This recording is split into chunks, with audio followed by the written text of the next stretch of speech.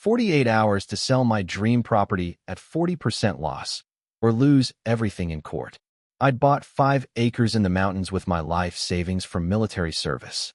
3 weeks later, the HOA president hit me with $73,000 in fabricated fines. Grass too tall, unapproved modifications, wildlife feeding I never did. She sat across from me, designer clothes, confident smile, explaining how she'd helped other homeowners avoid litigation. Her fourth forced sale, legal theft, but she assumed I'd break like the others. I'm a veteran and a software engineer. Research is what I do. In 48 hours, I uncovered a 6-year fraud scheme. What happened next? Her entire board removed in one election night. Criminal charges filed. Complete vindication. The revenge is absolutely perfect. Where are you watching this from? Comment your location below. I need to know how far this story's reaching across the country. The mountain air hit my lungs like freedom. May morning, 6:15. I stood on the deck of my A-frame cabin, coffee steaming in my hands, watching mist rise off the lake below. 5 acres of pure silence. Towering pines, rolling green meadows, deer grazing near the tree line. This was mine. Every square inch bought with 12 years of military paychecks. VA loan maxed to the limit. Life savings drained to nothing. Worth it. I'd closed 3 weeks ago. The property had cost me everything, but after 2 tours overseas, after years of chaos and noise and sand, I'd finally found peace. The cabin was a 1970s classic, needed work, but I was doing it myself. New electrical, insulation, interior walls stripped to studs. Labor of love. The HOA had seemed normal during buying. Quarterly fees. Basic rules. Keep your lawn mowed. Don't paint your house purple. Standard suburban stuff transplanted to the mountains. I'd read the bylaws. Signed the papers. Paid my first quarter. No red flags. I finished my coffee. Checked my work emails. Remote software engineering job, flexible hours, perfect for renovation schedule. Life was clicking into place. Then I walked to my mailbox. Bright orange paper. Official HOA letterhead. Citation notice. I stood there, gravel crunching under my boots, reading it twice. 3 times. Violation notice. Unapproved exterior modifications observed on property. Section 4.7.2 of HOA guidelines prohibits structural changes without architectural committee approval. Fine assessment, $500. Appeal deadline, 7 days. My stomach dropped. Exterior modifications? I hadn't touched the outside. Everything I'd done was interior, walls, wiring, insulation. You couldn't see any of it from the road. I looked at my cabin. Same faded brown siding. Same green metal roof. Same everything. Mistake. Had to be. I pulled out my phone, headed back inside. Then I saw the email. Timestamp, 6:04 a.m. 11 minutes ago. Subject, mandatory attendance required. Emergency HOA board meeting. Mr. Morrison, your presence is required at an emergency session of the HOA Board of Directors. Thursday, May 18th, 6 p.m. sharp. Location details to follow. This meeting concerns urgent compliance issues regarding your property. Attendance is not optional. Deborah Hartmann, HOA President. Thursday was 3 days away. Urgent compliance issues? Plural? My hands were shaking. I called the number listed on the HOA website. 3 rings. Hartmann residence. Woman's voice. Cold. Clipped. Professional. Ms. Hartmann? This is Jake Morrison. I just received. Mr. Morrison. Yes. I've been expecting your call. She sounded almost pleased. I got a citation for exterior modifications, but I haven't made any exterior. Everything will be addressed at Thursday's meeting. 6 p.m. Don't be late. Can you at least tell me what? Click. She hung up. I stood in my kitchen, phone still pressed to my ear, listening to dead air. Outside my window, the mountains looked different now. Less peaceful. More like walls. 3 days. I had 3 days to figure out what was happening. I grabbed my laptop, started searching property records, HOA complaints, anything. Found nothing. Then, around noon, I heard boots on gravel. Looked out. My neighbor, old guy, maybe 70, lived in the cabin east of mine for 20 years according to the realtor. He was standing at my property line. Waiting. I walked out. Son, he said quietly, I'm serious. You need to lawyer up. Right now? That woman's destroyed 3 families already. You're number 4. The pine trees swayed in the wind. My dream property suddenly felt like a trap. I spent 72 hours becoming an expert on my own nightmare. The old-timer's name was Tom Callahan. Vietnam vet, retired mechanic, the kind of man who didn't waste words. He told me everything over coffee on his porch while the lake rippled below us. Deborah Hartmann, 52 years old, real estate agent, 8 years on the HOA board, president for the last 4, and a predator. Tom laid it out. 5 families forced to sell in 3 years. All the same pattern. Sudden citations, mounting fines, emergency meetings that felt like ambushes, then a settlement offer, sell below market value to a recommended buyer, or face endless litigation. Every property she later listed through her agency. The Rodriguezes, Tom said, staring at his coffee. Young couple, 2 kids. Got hit with $18,000 in violations for unapproved landscaping. They'd planted roses. Roses. Deborah buried them in paperwork until they sold at a loss.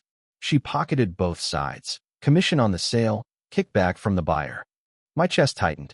And nobody stopped her? Who's going to stop her? She controls the board. They're all her friends. County doesn't care about HOA disputes. State office is backlogged 2 years. By the time anyone investigates, the families are already gone. He looked at me. You got savings for a lawyer? I'd spent everything on the down payment. Tom nodded slowly. Then you're exactly where she wants you. I went to the county clerk's office. Pulled public records. Found the paper trail, 5 forced sales, just like Tom said. All properties Deborah later listed. Total commissions, roughly $140,000 over 3 years. This wasn't HOA enforcement. This was a criminal enterprise. Thursday arrived like an execution date. The meeting location came via email that morning, Deborah's home address. Not the community center. Not a public building. Her house. Red flag didn't cover it. This was a crimson banner. But I went anyway. Brought a digital recorder in my jacket pocket. Single-party consent state. Completely legal. If she was going to bury me, I'd document every word. 6 p.m. I pulled up to a sprawling ranch house. Perfect landscaping. Expensive cars in the driveway. Mountain View Estate. Real estate money. I knocked. Deborah Hartmann opened the door. Mid-50s, blonde highlights, tasteful makeup, designer blazer over silk blouse. She looked like she'd stepped out of a luxury real estate magazine. Her smile was warm. Professional. Absolutely hollow. Mr. Morrison. Right on time. Come in. The living room had been arranged like a courtroom. 5 board members sitting in a semicircle. All women. All dressed business casual. All watching me with the same expression, predatory patience. One empty chair facing them. My chair. The room smelled like vanilla candles and something else. Power. Control. Deborah gestured to the seat. Please. I sat. Recorder running in my pocket. She settled into the center position, folded her hands, and smiled wider. Mr. Morrison, thank you for coming. We've been monitoring your property closely since closing. We take community standards very seriously here. She slid a manila folder across the coffee table. We've documented some concerns. I opened it. My vision blurred. 47 violations. Single-spaced. Itemized. Grass height exceeding maximum 3.5 inches by approximately 0.3 inches. Unapproved wildlife feeding stations observed. Structural modifications without architectural approval. Improper waste disposal container placement. On and on. Page after page. Every single one, fiction. The grass claim? I'd mowed 4 days ago. Wildlife feeding? I'd never put out food. Structural modifications? Interior work they had zero authority over. Then I reached the last page. Total fine assessment, $73,000. My hands started shaking. Deborah's smile never wavered. We're filing a lien against your property tomorrow morning unless we can reach a settlement agreement tonight. I looked up. Settlement. She slid another paper across. We're prepared to help you avoid lengthy litigation. Sell the property to a buyer we've identified. Quick close. No legal fees. Everyone walks away clean. I read the offer. 40% below market value. Buyer, Mountain Vista, LLC. I Googled it on my phone right there. Registered agent, Deborah Hartmann. She was buying my property through her own shell company. You have 48 hours, she said sweetly. After that, the lien is automatic. Your credit will be destroyed. The lawsuits begin. Legal fees will drain whatever you have left. We've been through this process before. It's unpleasant for everyone. She was still smiling. I stood up slowly, recorder capturing every word. I need to review this with my attorney. Her smile finally faltered. Just for a second. 48 hours, Mr. Morrison. The clock's already running. I walked out, drove home in complete silence, pulled into my driveway, sat there. My dream, my savings, my future. She was going to steal all of it. I didn't sleep. Couldn't. I sat at my kitchen table, that folder open in front of me, reading the violations over and over, searching for any angle, any truth, anything that made sense. Nothing did. Every claim was fabricated, engineered, designed to create unpayable debt. 2 a.m., 3 a.m., 4 a.m. At dawn, I walked outside. The mountains were turning pink with sunrise. Mist hung over the lake. Somewhere in the pines, an eagle called. This place. This beautiful, quiet place. I'd survived 2 tours in hell for this. Saved every paycheck. Dreamed about mornings exactly like this one. Coffee, silence, safety. Now a woman in a designer blazer was going to take it because I couldn't afford to fight back. I felt something crack open inside me. Not panic. Rage. Cold. Focused. Military rage. I went back inside. Opened my laptop. Started researching. Not Deborah this time. The law. HOA statutes. State regulations. Case precedents. Legal requirements for board elections. Fine assessments. Lien filings. I read for 6 hours straight. Made notes. Cross-referenced bylaws. Then I found something. A state statute about HOA governance. Required transparency for bylaw amendments. Any changes needed formal homeowner votes, proper documentation, recorded approval. I pulled up the HOA website, downloaded the current bylaws PDF. Then I drove back to the county clerk, requested the original bylaws, filed in 1985 when the community was established. Public record. The clerk handed me a dusty folder. I sat in my truck in the parking lot and compared them, page by page, section by section. They didn't match. Entire sections had been changed. Fine structures, violation categories, enforcement procedures, appeal processes, all modified, none showing proper amendment votes. My heart was hammering. I checked the current bylaws for amendment records, found references to board votes in 2018, 2019, 2021. Back to the clerk's office. I need HOA board meeting minutes for those years. 20 minutes later, I had them. October 2018 meeting minutes. Motion to amend bylaws section 4 regarding fine schedules. Vote. 3 in favor, 4 opposed. Motion fails. The amendment failed. But the current bylaws showed those exact amendments as active. Deborah had implemented changes that were never legally approved. Every fine she'd collected under those rules, invalid. Every lien, potentially fraudulent. I had 48 hours when I left that meeting. Now I had 36. And I just found her throat. I called Tom. I need to meet everyone she's targeted. Everyone's still living here. Tonight. What did you find? A way to burn it all down. That evening, 7 of us gathered in Tom's garage. Homeowners who'd been fined, threatened, intimidated. People who'd paid thousands in bogus citations just to make it stop. They looked beaten, exhausted. I showed them what I'd found. The board's been operating under illegal bylaws for 6 years. Every fine assessed under the modified rules has no legal standing. But here's the bigger play. The original bylaws allow for special elections. Any 30% of homeowners can petition to remove the board and hold new elections. A woman named Sarah, schoolteacher, single mom, been fighting Deborah for 2 years, leaned forward. How many signatures is 30%? 45 homeowners. There are 147 properties in the HOA.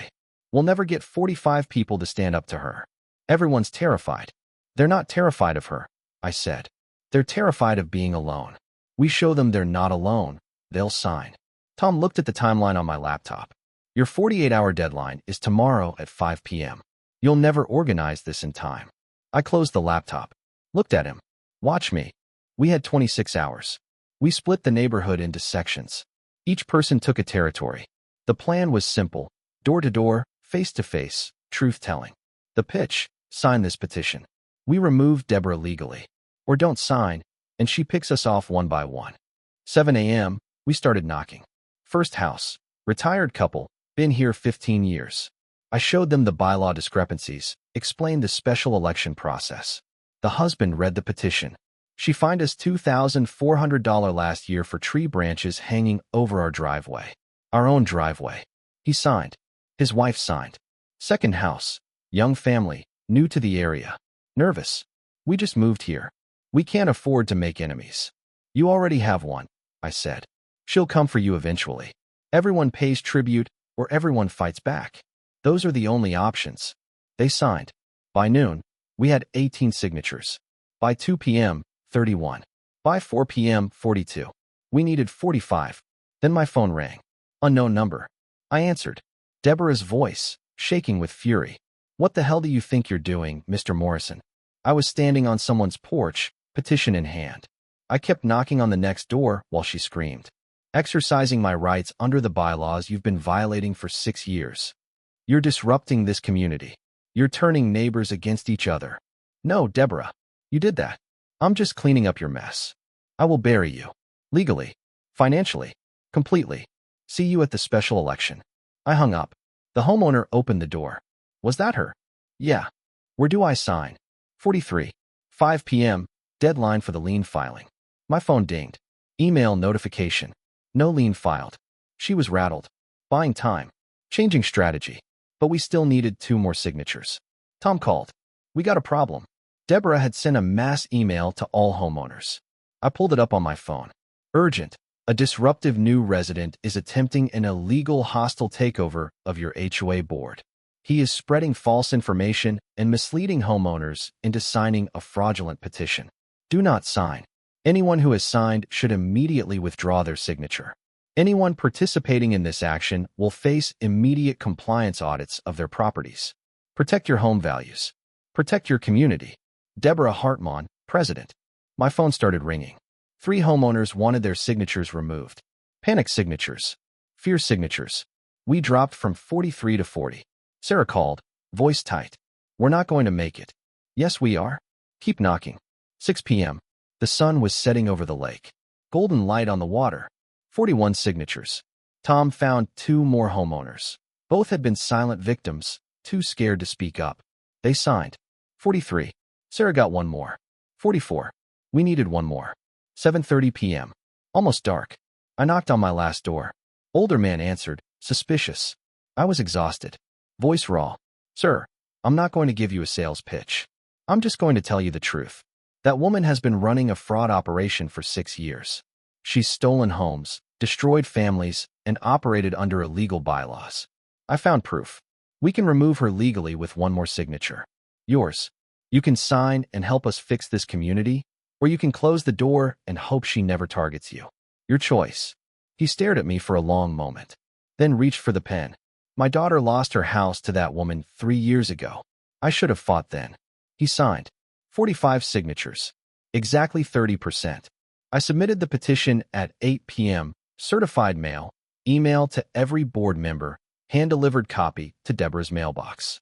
The special election was triggered. State law required it within 30 days. Deborah had 30 days to destroy me. But I'd just proven something she didn't expect. I don't break. She came at me like a hurricane. Day 1 after the petition, I walked outside to get my mail. All 4 truck tires slashed. Clean cuts. Professional. No cameras. No witnesses. No proof. Message received. Day 2. County code enforcement showed up. Anonymous complaint about unpermitted construction. They inspected everything. Found nothing. But the harassment was the point. Day 3. My internet died. Service provider said someone reported my address as vacant. Took 3 days to restore. I was running my work laptop off phone hotspot, burning through data. She was targeting my income, my stability, my sanity. Then she went after my allies. Tom got a citation, $12,000 for excessive tree overgrowth creating sightline hazards. He'd lived there 20 years. Same trees the whole time. Another petition signer, Mike, retired contractor, got hit with unapproved deck stain color. His deck had been that color for 8 years.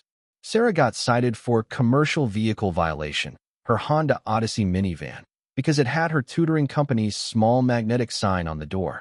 The message to everyone: help Jake, suffer consequences. 2 members of our resistance group backed out. Called me apologizing. I didn't blame them.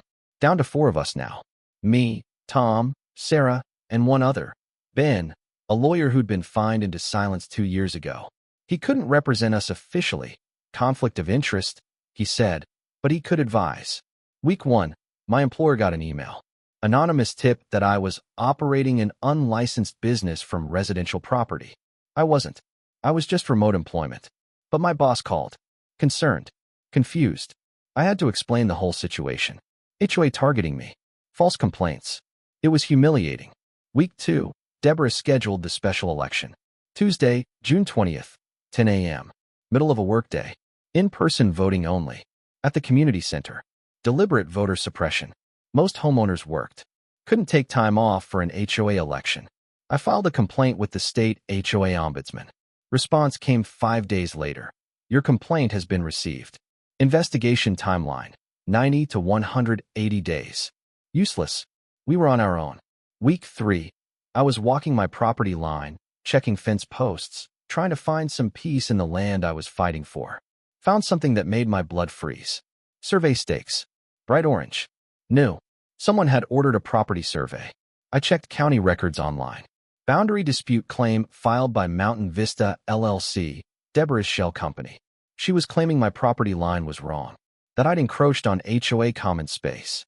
She was trying to legally steal my actual land now. That night, I sat on my deck in the dark. Storm clouds rolling in. Thunder over the mountains. I was exhausted. Mentally, financially, emotionally. My savings were gone. Legal fees from the boundary dispute response. My work performance was slipping, too distracted, too stressed. I'd lost 12 pounds. Wasn't sleeping. Tom found me there around 11 p.m. Sat down without asking. Son, I've lived a long time. Fought in a real war. And I'm telling you as someone who cares, sometimes the smartest thing is a strategic retreat. I didn't answer. You can sell. Get out. Start over somewhere else. She's not worth your health. She's already taken homes from 5 families. If I leave, there's nobody left to stop her. She wins. And the next person who moves here gets destroyed too. Tom was quiet for a long time. Thunder rolled closer. Then we better win, he finally said. I looked at the mountains. Lightning illuminating the peaks. Not just win, I said. Destroy her completely. The breakthrough came from paranoia. Deborah's attacks were too precise. Too perfectly timed. She knew when I left the property. When I had meetings. When I was vulnerable. 3 a.m., I couldn't sleep again. Pacing my cabin. Thinking, how did she know so much? Dawn broke over the lake. I grabbed coffee. Walked outside. That's when I saw it. Tiny lens. Behind my mailbox post. Reflecting sunlight. Wireless camera. Battery powered. Pointed directly at my driveway. My stomach dropped. I searched the property. Found 2 more. One near the garage. One by the front porch. She'd been watching me. Monitoring my movements. My visitors. Everything. I left them in place. Didn't touch them. Now I knew. And she didn't know I knew. I went inside. Ordered my own security cameras from Amazon. Overnight shipping. Installed them the next day. Pointed at every entry point, every approach. Then I set a trap. That afternoon, I stood in my driveway, right in view of her camera, and had a loud phone conversation. Completely fake. Yeah, meeting with my attorney Wednesday at noon. Downtown office. Yeah, he thinks we should just settle. I'm exhausted, man. I might just take the loss and sell. Wednesday, 11:45 a.m. I parked 2 blocks from the attorney's office I'd mentioned. Watched. Noon exactly. Deborah's Mercedes pulled up across the street. Parked at the coffee shop. She sat there, watching the law office entrance. Waiting for me. I was actually home. Cameras recording her empty driveway. She'd taken the bait completely. Now I had a weapon, disinformation. I started feeding her false information through the cameras. Fake phone calls about giving up. Staged conversations with Tom about maybe she's right. She got confident again. Meanwhile, we organized in secret. Encrypted messaging apps. Meeting at random locations.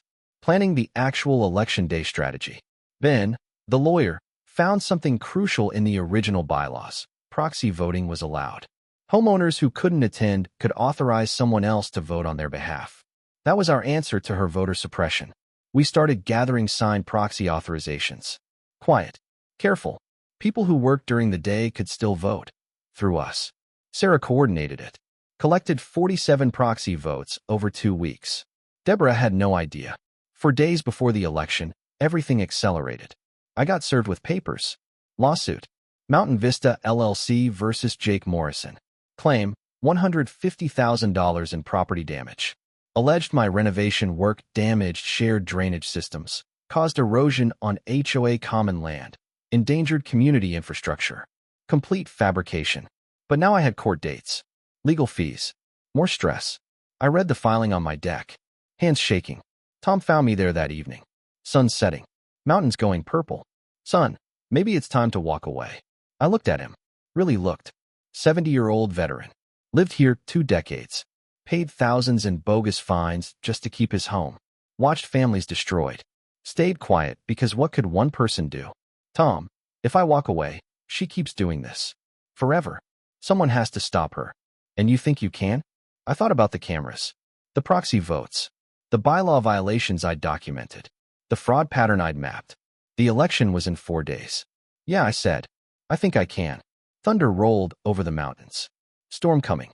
3 days to election. I made a decision that would either save everything or destroy what little I had left. Go public. I built a simple website. 1 page. Clean layout. Everything documented. The bylaw violations, the fraud pattern, the forced sales, the illegal rule changes. Photos. Dates. Evidence. Posted it to every neighborhood social media group. Next door. Local forums. Everywhere. The response was nuclear. My inbox exploded. 50 emails in the first hour. Then 100. Then more. Homeowners I'd never met. Stories pouring out. She fined me $8,000 for a fence color. We lost our retirement home because of her. I've been too afraid to speak up for 3 years. Victim after victim after victim. We weren't alone. We'd never been alone. Deborah had just made everyone think they were. Then my phone rang. Unknown number. Area code 2 states away. Mr. Morrison? This is Jennifer Cole, regional reporter for Mountain State News. I've been investigating HOA fraud across 3 states. Your case, it's exactly what I've been documenting. Can we talk? I talked for 2 hours. She'd been building a story for months. Deborah wasn't unique. She was part of a pattern. Corrupt HOA boards weaponizing rules for profit. Jennifer had sources. Documents. Other victims. I want to run your story. Pre-election. Front page. Are you willing? When? Tomorrow morning's edition. I didn't hesitate. Do it. The article dropped Tuesday morning. 2 days before the election.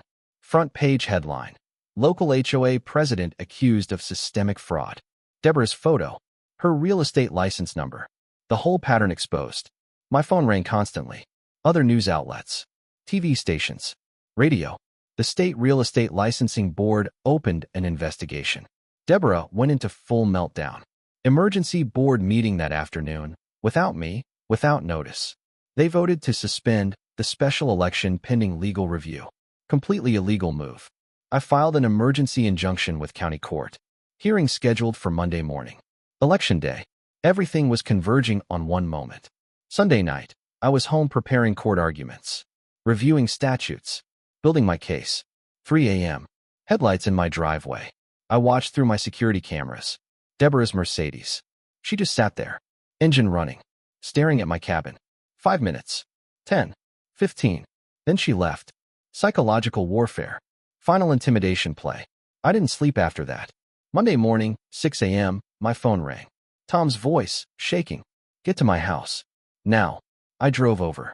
Dawn light through the pines. Tom's garage had been vandalized. Spray paint across the door in huge red letters. Traitor. My chest tightened. They'd crossed a line. Not just attacking me anymore. Attacking the people who stood with me. Tom stood there, 70 years old, Vietnam veteran, hands in fists. She sent someone to do this. Middle of the night. Trying to scare me off. Did it work? He looked at me. Eyes hard. What do you think? I checked my watch. Court hearing in 3 hours. Election starts at 10. We end this today. Tom nodded slowly. Then let's finish it. We drove to the courthouse together.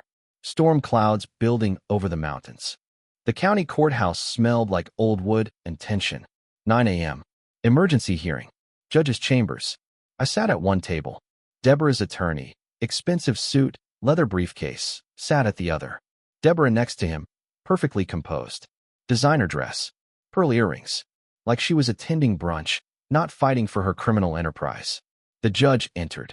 Woman, mid-60s, no-nonsense expression. This is about an HOA election injunction? Deborah's attorney stood. Your Honor, our client has serious concerns about procedural irregularities in the petition process. We're requesting the election be postponed pending full review. I stood. No attorney. Just me. Your Honor, I represent myself and 44 other homeowners. We followed every requirement in the HOA bylaws to trigger this election. The board's attempt to cancel it is a legal retaliation. The judge looked at the paperwork. Mr. Morrison, you're not an attorney. No, ma'am. I'm a software engineer and a veteran who can't afford a lawyer because I spent everything buying my home. But I can read. And the law is clear. She almost smiled.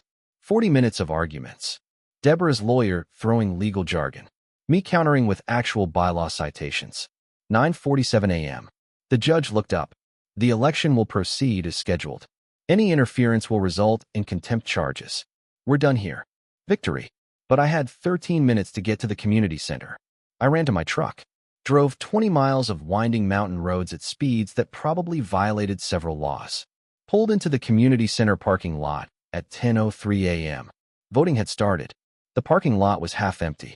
Deborah's voter suppression working. Most people couldn't take a workday morning off. I walked inside. Deborah stood near the entrance. Saw me. Her expression flickered. Rage, then control. The election monitor sat at a table, neutral third party, required by state law. Elderly man, retired county clerk. Sarah was already there. Ben too. Tom arrived right behind me. We started submitting proxy ballots. Stacks of them. Deborah's face went pale. What are those? Proxy authorizations, I said. Legal under the original 1985 bylaws. Homeowners who couldn't attend authorized us to vote on their behalf. Those aren't valid. The monitor reviewed them. Each one notarized. Each one properly signed. These are all in order, he said quietly. They count. Deborah looked like she'd been slapped. We submitted 47 proxy votes in the first hour. Her voter suppression strategy, destroyed. Noon. 2 hours of voting. The count was building in our favor. Then Deborah played her final card. She approached the monitor. Voice loud enough for everyone to hear. I need to halt the vote. I've discovered a critical bylaw requirement. Special elections for board removal require unanimous approval, not simple majority. Section 12.4.7, amended 2019. My stomach dropped. I'd never seen that section. Never seen any 2019 amendments. The monitor looked uncertain. I need to see documentation. It's in the official records, Deborah said smoothly. I'll retrieve them from my car. She walked out. Sarah grabbed my arm. Did you know about this? There is number 2019 amendment. She's making it up. Can you prove that? 5 minutes later, Deborah returned. Handed the monitor a printed document. He read it. Frowned. This shows a unanimous vote requirement was added in 2019. Let me see that, I said. She'd fabricated an entire bylaw amendment. Professional formatting. Official-looking signatures. I need to verify this, the monitor said. I'm calling state authorities. The vote count stopped. 2 p.m. 2 hours left. Everything hung on whether the monitor would accept Deborah's fake document. Everyone in that room held their breath. 2:30 p.m. Voting paused. Election monitor on the phone with state HOA authorities. Deborah standing confident near the windows. Afternoon light making her look almost angelic. She thought she'd won. I saw the opening. Mr. Monitor, I said. Under state HOA law, I have the right to review all official HOA documents during an election dispute. Correct? He covered the phone. That's correct. I'm formally requesting access. Now, Deborah's confidence cracked. Just slightly. That's unnecessary. It's his legal right, the monitor said. Ms. Hartmann, please provide access to official HOA records. She had no choice. Refusing would be grounds for contempt. She walked to a locked filing cabinet in the corner. Pulled keys from her purse. Opened it. I started pulling files. Original bylaws. Meeting minutes. Financial records. Sarah and Ben helped. We spread everything across tables. I was looking for one thing. Proof that her 2019 amendment was fake. Found it in the meeting minutes. September 2019. Board meeting. Motion to amend Section 12.4.7 to require unanimous approval for board removal. Discussion held. Vote taken. 3 in favor, 4 opposed. Motion fails. The amendment failed. Failed. But Deborah had implemented it anyway. Used it to find people, enforce rules, control votes. My hands shook holding that document. "Mr. Monitor," I said, "you need to see this." He took the meeting minutes. "Read them. Read them again." Looked at Deborah. "Ms. Hartmann, this shows the 2019 amendment you're citing failed its board vote. That's a clerical error. You signed these minutes. Your signature. Your handwriting. Dated and notarized." I held up the document for everyone to see. She implemented a bylaw change that was never legally approved. Then she used it to collect fines for 6 years. That's fraud. The room went dead silent. Deborah's face flushed red. "You have no idea what you're talking about. You've been operating under false authority for 6 years, I said. My voice was steady now. "Cold. You created fake rules, collected illegal fines, destroyed families. All documented. All signed by you." I turned to the monitor. "This board has no legitimate authority. The election must continue under the original 1985 bylaws. No unanimous requirement. Simple majority rules." The monitor looked at Deborah. Something had shifted in his eyes. "Ma'am, I'm going to need to call law enforcement." 3 p.m. County sheriff arrived. Deputy in uniform, weathered face, 20 years of mountain policing. He took statements, reviewed documents. Deborah's board members started backing away from her. Literal physical distance. Self-preservation mode. "I didn't know about the failed vote," one said. "She told us it passed." "I just went along with what Deborah said," another claimed. "Rats fleeing." The deputy looked at Deborah. "Ma'am, we're going to need to continue this conversation at the station. I'm in the middle of an election." "The election will proceed," the monitor said firmly, "without your interference." Deborah looked around. At the homeowners watching. At her board members abandoning her. At me. For the first time, I saw fear in her eyes. The deputy escorted her outside for questioning. 3:15 p.m. The monitor restarted the vote. "We're operating under original 1985 bylaws. Simple majority required. 1 hour of voting remains." Ballots started dropping. Tom voted. Sarah voted. Ben voted. Homeowners who'd been silent for years, voting. 4 p.m. Voting closed. The monitor began counting. Public count. Everyone watching. My heart hammered against my ribs. Proposition to remove current HOA board. First count.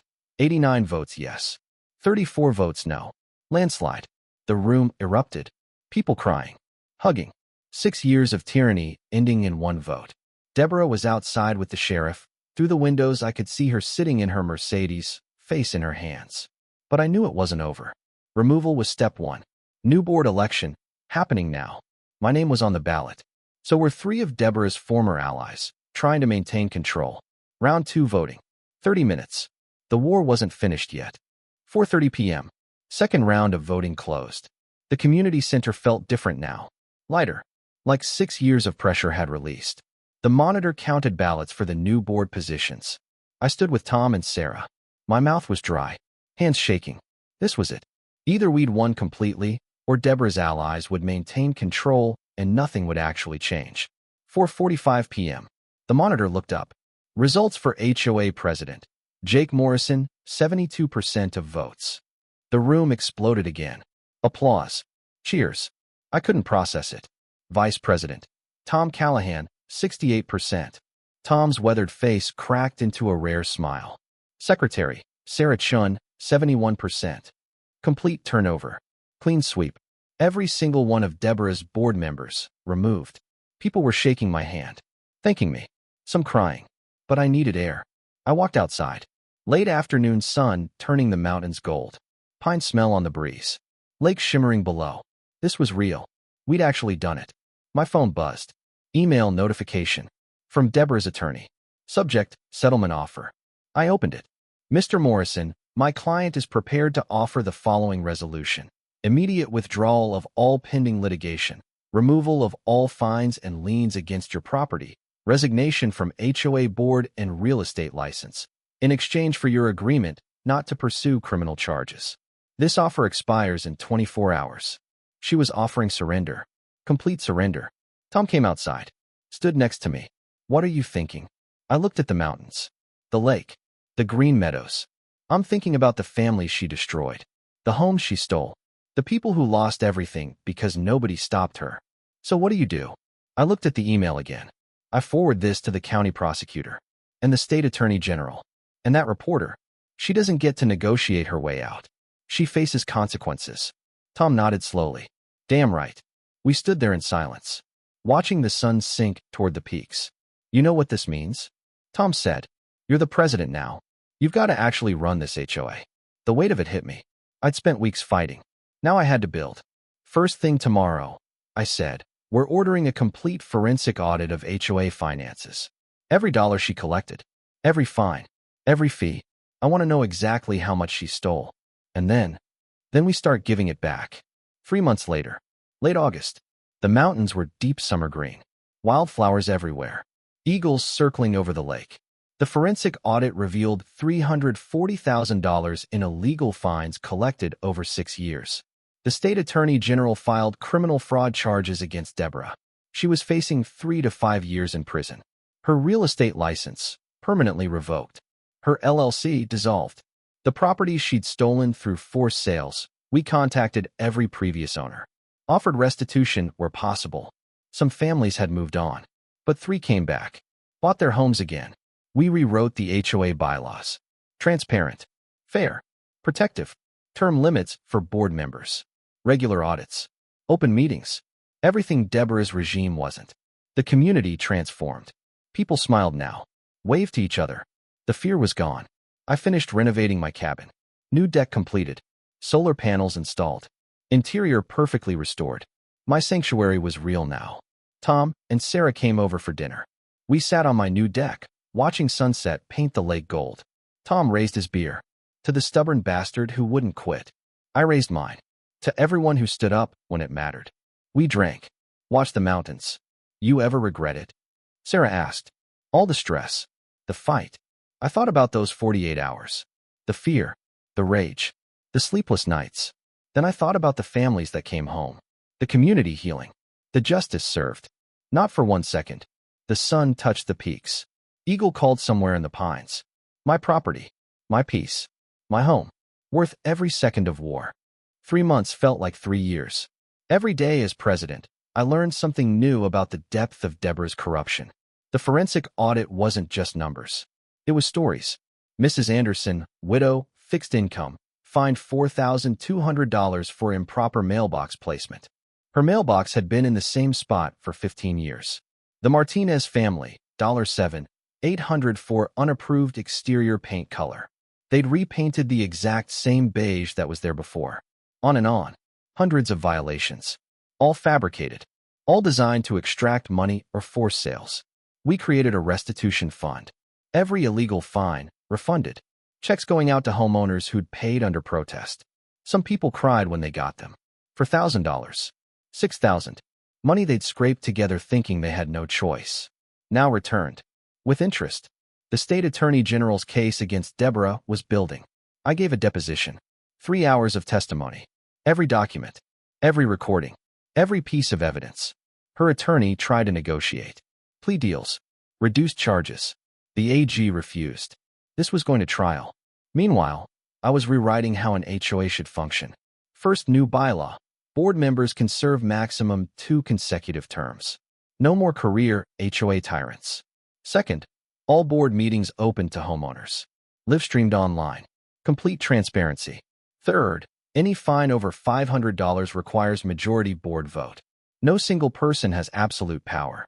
Fourth, mandatory annual audits by independent accountants. Financial records public.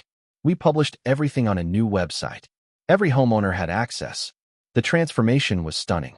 People who'd been silent for years started attending meetings, participating, caring about their community again.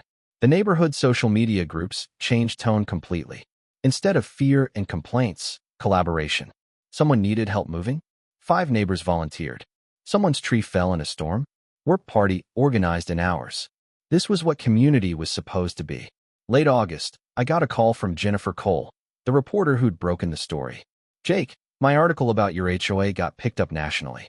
I've received 47 emails from HOA victims in other states. They want to know how you did it. Would you be willing to help? I thought about it. The weeks of research. The stress. The fight. Then I thought about the families still trapped under boards like Deborah's. Yeah, I'll help. I created a resource website. free guides on HOA law, how to document violations, how to petition for elections, how to identify fraud patterns, legal templates, everything I'd learned. Within 2 weeks, it had 10,000 visitors. Within a month, 50,000. Other homeowners were fighting back now. Using the playbook, I started getting emails. Success stories. Your guide helped us remove our corrupt board. Thank you. We uncovered fraud just like you described. Attorney General is investigating. You gave us hope when we had none. I'd accidentally become an advocate for people I'd never met. In communities across the country, some fights are bigger than one person, one property, one neighborhood. The system that allowed Deborah to operate for 6 years, that system existed everywhere. And it only worked because people felt alone, powerless. But we weren't alone. We never were. September rolled in. The mountains started showing hints of fall color. Golden aspens among the pines. I sat on my deck one morning, coffee steaming, deer grazing near the tree line.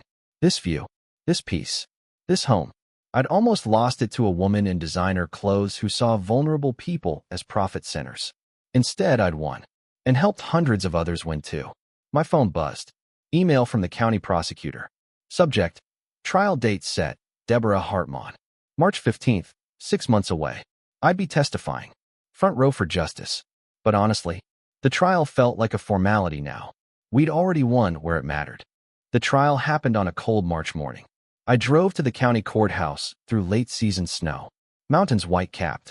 Sky that sharp blue you only get after storms. Deborah sat at the defendant's table. Different person than the one who'd smiled across her living room coffee table.